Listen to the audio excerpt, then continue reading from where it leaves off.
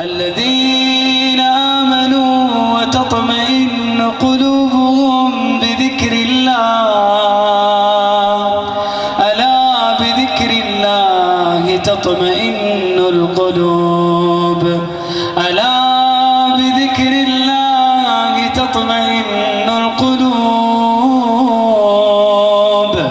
الذين آمنوا وعملوا الصالحات طوبى لهم وحسن مآب. أعوذ بالله السميع العليم من الشيطان الرجيم. انت من ضمن الثمرات انك بتقوم من هنا بإذن الله وانت مبسوط غصبا عنك. ينبسطون؟ أكيد يا شيخ، أكيد.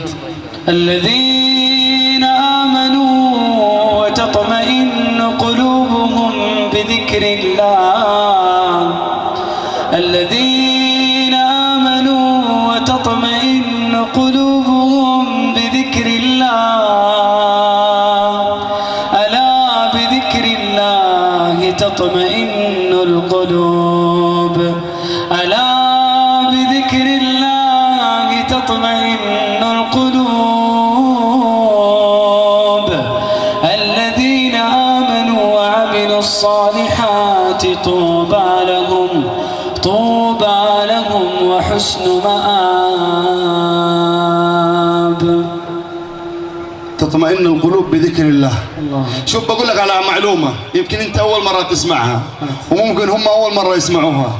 شوف، اذا سمعت القرآن ولا حضرت الى صلاة ولا جلست في مجلس يذكر فيها الله وقمت وانت تحس براحة في قلبك قول الحمد لله. تدري ليه؟ إذا أنت شعرت بالقرآن وبذكر الله وبعبادة الله بدأت تشعر بشيء من الطمأنينة قول الحمد لله، لأن هذه علامة إيمان. لأن في بعضهم إذا سمع ذكر الله ترى ما يرتاح، ما يستانس. إيش يصير في قلبه؟ يشمئز قلبه، كما قال الله عز وجل وإذا ذكر الله وحده اشمأزت قلوب الذين لا يؤمنون بالله. تجي له كذا اشمئزاز. والله بعضهم أقسم بالله إن يكون يتابع مسلسل ولا فيلم ولا أغنية قاعد يسمعها شوية يسمع صوت أذان فجأة، يحاول بأي طريقة إنه ما يسمع الصوت، إنه ما يسمع الأذان، يشمئز قلبه والعياذ بالله. هذا لابد ينتبه، هذا قلبه مريض لابد أن ينتبه.